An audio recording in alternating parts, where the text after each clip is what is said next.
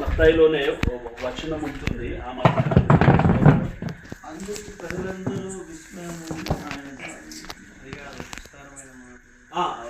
అటువంటి సందర్భానికి సంబంధించిన మాటలే ఉంటాయి. అంటే దేవుని ఆయన ఎదుట ప్రతి మాటకి ఆయన ఎదుట మనము ఆ లెక్క అప్పచెప్పవలసిన అర్థంతో వస్తున్నాం. మాటలను బట్టి నీతిమంతుడు అని తీర్పు ఉండదు, మాటలను బట్టి అపరాధం అని తీర్పు ఉండదు. ఏ వచనం అది?